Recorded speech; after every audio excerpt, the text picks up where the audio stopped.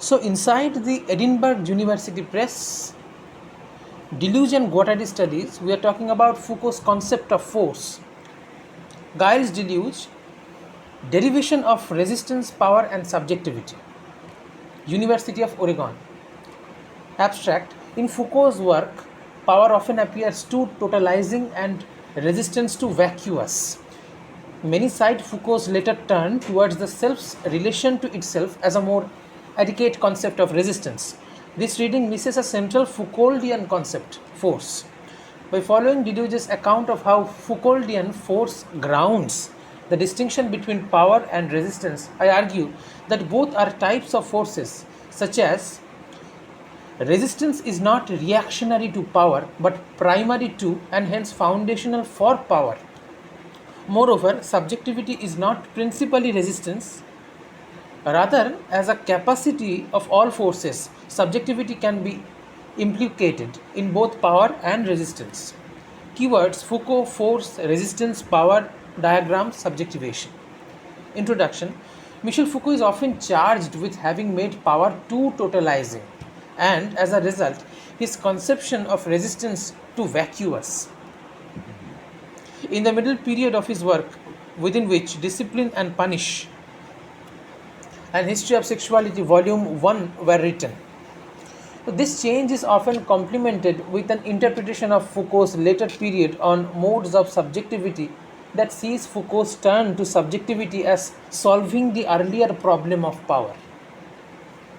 If Foucault described power as totalizing in his middle period, then he found resistance in the capacity of the self to affect itself into different forms.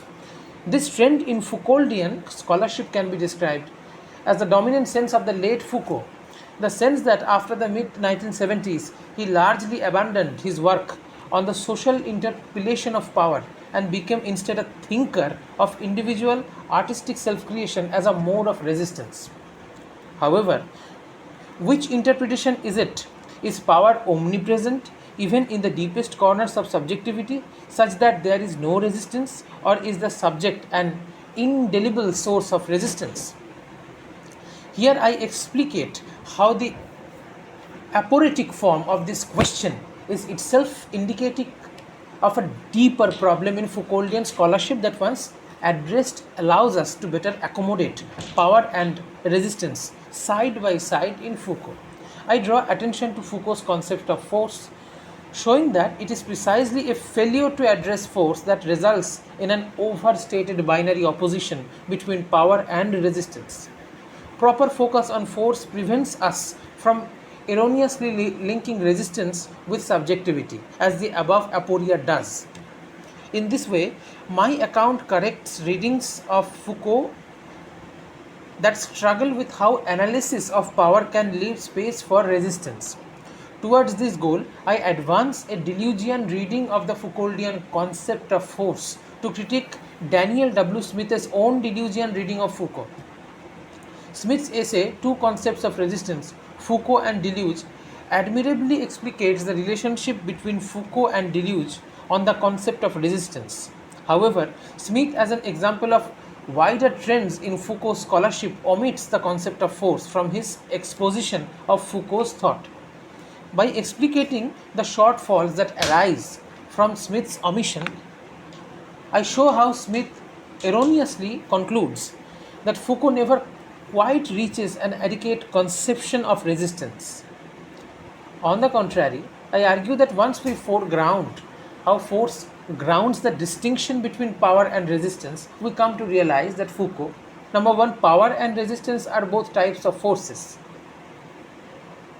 in such a way that number two, resistance is not reactionary to power, as presumed in the aporia, but actually primary to and hence foundational for power. I draw this argument from a close reading of Deleuze's Foucault, 1988, published in 1986 after Foucault's passing in 1984. The book provides an account of the development of Foucault's thought from his early work on archaeology to his later genealogies to subjectivity and ethics, which Foucault engaged with towards the end of his life. Smith provides his own readings of Foucault's intellectual development from much of Deleuze's Foucault. With my account of power and resistance in place, I argue subjectivity is a product of the folding of force, and that as such, subjectivity can be just as readily aligned with power as with resistance conceptually and politically. In this sense, I show how subjectivity, while important for Foucault, cannot be thought of as in principle resistant. Now we are coming to the second most important central point, whence the problem of resistance for Foucault. Daniel Smith describes the development of the problem of resistance as stemming from Foucault's original interest in knowledge. He argues that Foucault's original questions concerning the historical conditions of knowledge pushed Foucault to the problem of power, which in turn further pushed Foucault to the problem of resistance. Smith chronicles resistance as arising specifically in the later part of Foucault's work on power. In his earlier period, Foucault was concerned with the conditions of knowledge, where he sought to describe the relation between two forms of knowledge, the seeable and the visible. To answer this question of the conditions of knowledge, Foucault introduced power.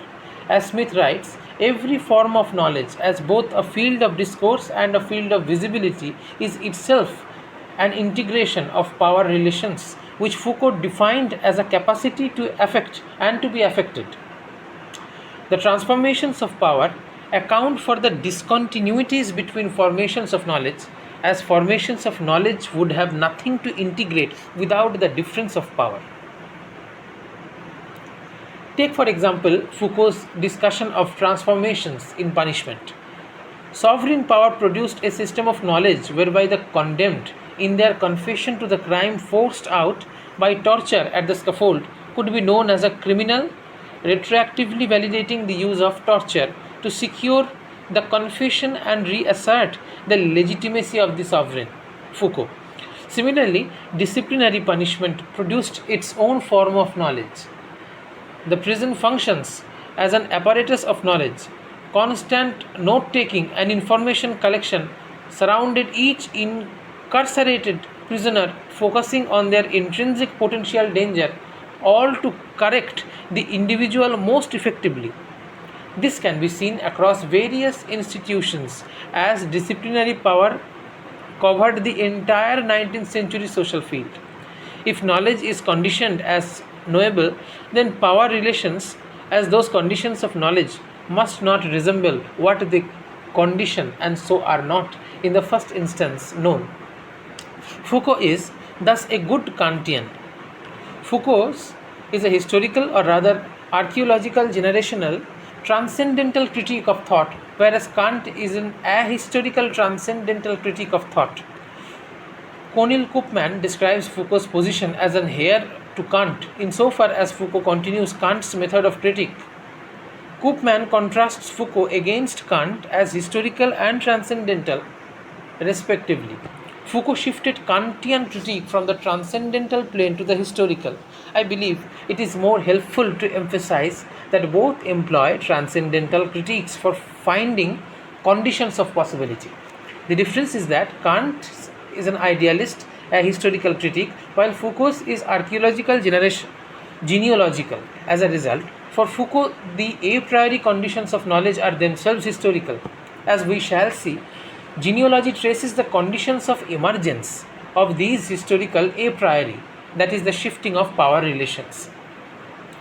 Precisely at this point, Foucault's advancement of an account of the conditions of knowledge through the concept of power, the problem of resistance, is able to emerge. If power is ubiquitous, and I quote Daniel Smith, 2016, if it covers the entire social field, if it is these power relations that provoke and condition our form of knowledge, then is it possible to alter these power relations themselves, to change them, to combat them, in short, to resist them? Smith finally notes the final word on power is that resistance comes first. Deleuze quoted in Smith 2016 266, Foucault's thought can be outlined. Power relations, and I quote, condition the form of knowledge, but resistance is primarily in relation to power. And I unquote. Yet, according to Smith, this primacy of resistance is more difficult to conceptualize than to articulate, and no one was more aware of this than Foucault himself. Consequently, needing an adequate conception of resistance, Foucault was provoked to question ethics, subjectivation, and relation of the self to itself. Before moving on with Smith's account of Foucault's work on subjectivation, I want to note that Deleuze's statement is worth quoting in its entirety, which Smith does not do. Quote, moreover, the final word on power is that resistance comes first, to the extent that power relations operate completely within the diagram, while resistances necessarily operate in a direct relation with the outside form from which the diagrams emerge. Unquote. This omission is informative of an interpretive direction Smith does not pursue, which I will pick up below. Now comes the third question: what resists? How can we resist if, as subjects, we are constituted and determined by forms of knowledge and by the strategies of power in which we find ourselves implicated? Smith moves to characterize resistance for Foucault. Resistance must arise out of and not exterior to power relations. However, there is not one conception but two, a reactive and an active type of resistance. Smith goes on to note that the very concept of resistance seems to adhere to the reactionary type. Reactionary resistance occurs elsewhere, everywhere, from the rebellious student to, on a larger scale, socially and politically. Thus, it was easy to conceive of resistance as reactionary.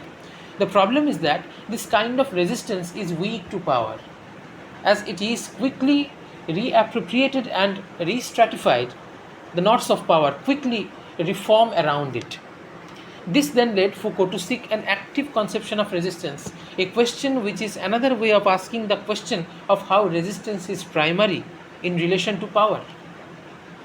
The answer to this problem of power, claims Smith, came in the Foucault's final period on subjectivation. As power becomes active when it enters relation not with another power relations but with itself, power, so too does resistance become active.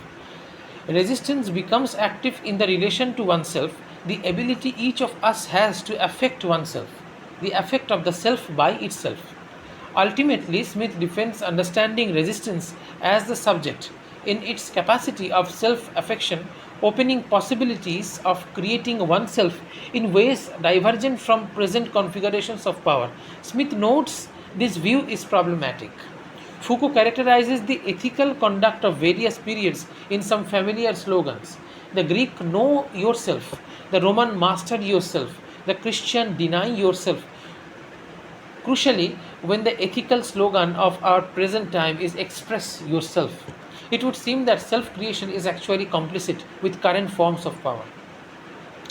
Jeffrey T. Nilon quips, get a tattoo or Humvee and normative power will shudder to problematize how to endless self-creative project of making yourself and your life at a work of art are imperatives that have in the short span since Foucault's death become wholly normative. Similarly, Kevin Thompson argues that Foucault moved away from what Thompson terms the strategic model of power and the tactical model of resistance. Thompson argues that resistance is on this model always reactive and so failed to capture resistance's necessarily creative character.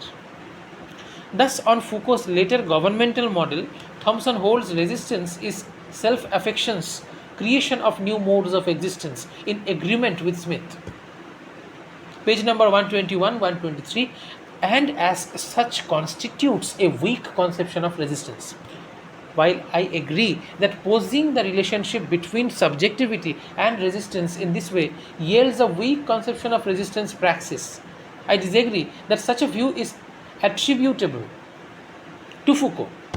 Smith admirably analyzes the relation between Foucault and Deleuze on resistance. However, I take issue with Smith's way of distinguishing between power and resistance, which I will illustrate in full in the next section of this essay.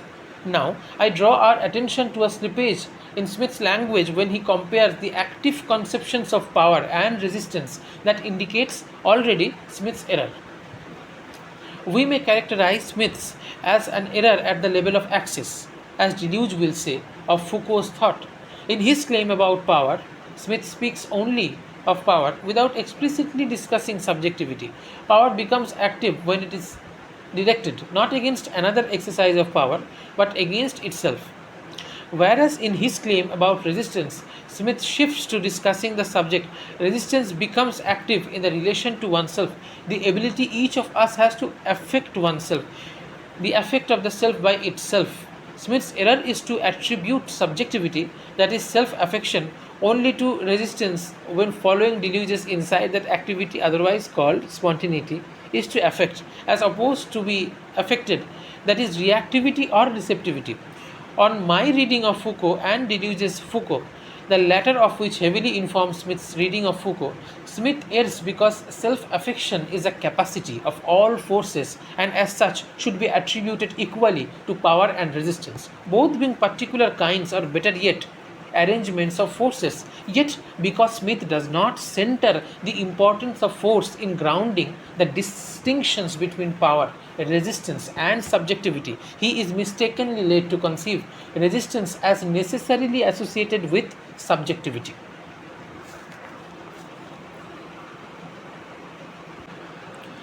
We can dive deep into the later facets, which are more deep and entrenched, which is point number 4, force as Foucault's highest doctrine.